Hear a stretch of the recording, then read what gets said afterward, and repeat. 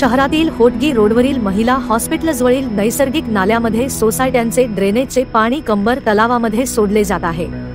या पाण्यामुळे या परिसरातील दुर्गंधी पसरली असून या भागातील नागरिकांचे आरोग्य धोक्यात आले आहे। लाखो रुपये खर्चून केलेले ड्रेनेजचे काम अद्याप प्रलंबित असल्याची धक्कादायक माहिती समोर आली असून नागरिकांनी यासंदर्भात महापालिका अन्न प्रदूषण नियंत्रण मंडळाकडे तक्रारही केली आहे।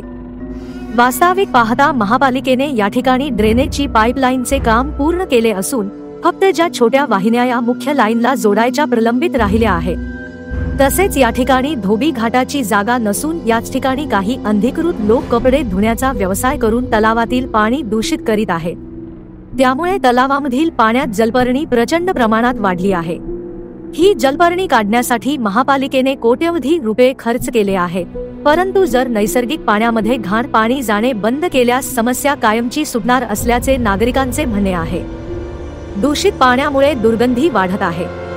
भूजल कायदा 2009 आणि भूजल नियम 2018 नुसार या भागात राहणाऱ्या नागरिकांच्या आरोग्यावर परिणाम करणारी आहे, असे सांगून परिसरातील नागरिकांनी महाराष्ट्र प्रदूषण नियंत्रण मंडळाकडेही तक्रार केल्याचे सांगितले, मात्र तक्रारीची दखल कोणीच घेतली नाही असेही नागरिकांनी सांगितले।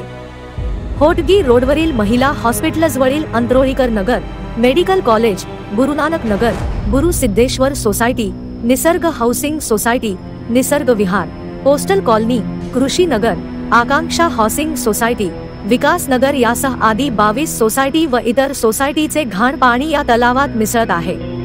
यामुळे या भागातील लोकांना कॉलरा, मलेरिया सारख्या संसर्गजन्य आजारांचा सामना करावा लागत आहे। ड्रेनेजचे पाणी तलावात मिसळत असल्यामुळे जलपर्णीची वाढ मोठ्या प्रमाणात होत आहे। पाणी मिसळत असल्याने या भागात दुर्गंधी मोठ्या प्रमाणात पसरली आहे। डासांचा प्रादुर्भाव वाढला आहे। महापालिकेने वेळीच लक्ष द्यावे। ब्युरो रिपोर्ट जम न्यूज इंडिया।